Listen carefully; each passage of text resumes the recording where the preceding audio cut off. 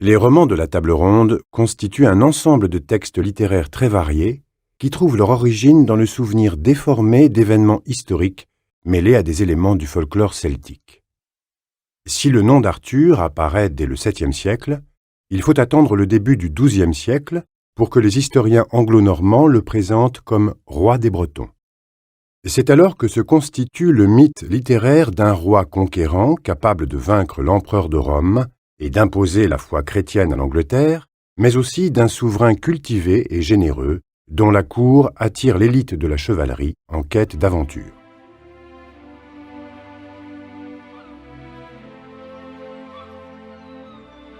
C'est de ce mont Saint-Michel anglais, non loin de Sennen, qu'Arthur aurait dû s'embarquer avec une flotte chargée des trésors de la Cornouaille.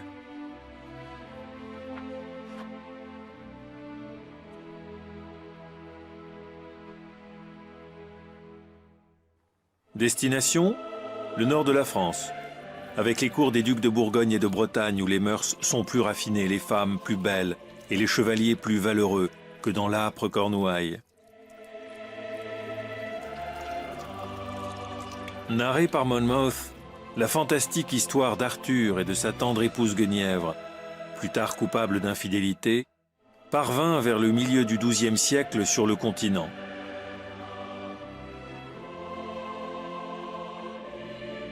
Vers 1170, peu après que Marie de France ait composé ses laits arthuriens, apparaissent les premiers romans bretons sous la plume de Chrétien de Troyes, à qui l'on doit la plupart des grands thèmes arthuriens, que ce soit l'amour adultère de Lancelot et Guenièvre, le personnage séducteur de Gauvin ou le mythe du Graal. Le poète Chrétien de Troyes introduit à la cour d'Arthur de nouveaux héros tels que Lancelot et Perceval, tout en reliant à l'histoire d'origine la quête du Saint Graal.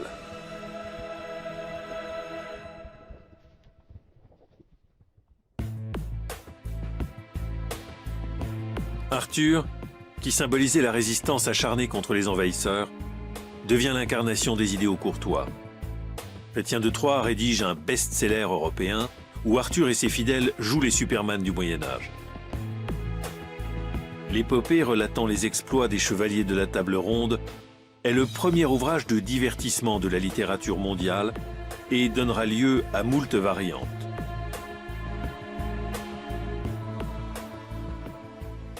Chrétien de Troyes fait d'Arthur le centre, le point d'ancrage des légendes émanant de la tradition anglo-saxonne. C'est sur ce personnage que les divers mythes se focalisent. Mais le poète français est le premier à attribuer aux preux d'Arthur des biographies exemplaires, qui sont censées refléter la vie des nobles de la seconde moitié, voire déjà du milieu du XIIe siècle. Les chevaliers sont autant de boucles que l'auteur prépare, avant de faire réaliser le nœud ultime à Arthur en personne. Les preux se lancent chaque fois dans de nouvelles aventures. Peu importe qu'il s'agisse d'Érec, d'Yvain, de Lancelot ou de Perceval, chacun part au loin sur son cheval et finit par revenir au point d'ancrage. Voilà pourquoi Arthur est nécessaire et pourquoi on parle d'un cycle littéraire arthurien. À sa suite, se développent deux types de romans bretons. D'une part, des textes en vers, généralement assez courts, centrés sur un personnage ou une aventure. D'autre part, une série de grands textes en prose qui racontent l'histoire du royaume d'Arthur en combinant la matière des chroniques historiques de Geoffroy de Monmouth et les romans de Chrétien de Troyes. Composé dans les années 1220-1230, un immense cycle, le Lancelot Graal, couvre toute l'histoire de la Bretagne, depuis l'arrivée du Graal jusqu'à la bataille finale qui oppose Arthur et Mordred dans la plaine de Salisbury et la mort d'Arthur, emporté sur Avalon, l'île des Fées. Tout au long du XIIIe siècle, d'autres grands romans en prose sont composés dans un même esprit. Le Perceval en prose constitue un autre cycle du Graal. Le Perlesvaud met en scène la lutte violente de la chevalerie chrétienne contre le paganisme. Le Tristan en prose intègre l'histoire de Tristan et Iseult à l'univers arthurien. Enfin, Guiron le Courtois s'attache à la génération des pères des grands héros arthuriens. En proposant un modèle chevaleresque universel, les romans de la Table ronde se sont répandus dans toute l'Europe médiévale. Mais à partir de la Renaissance, ils connaissent une longue éclipse, et ne survivent qu'en Grande-Bretagne dans l'œuvre de Thomas Malory.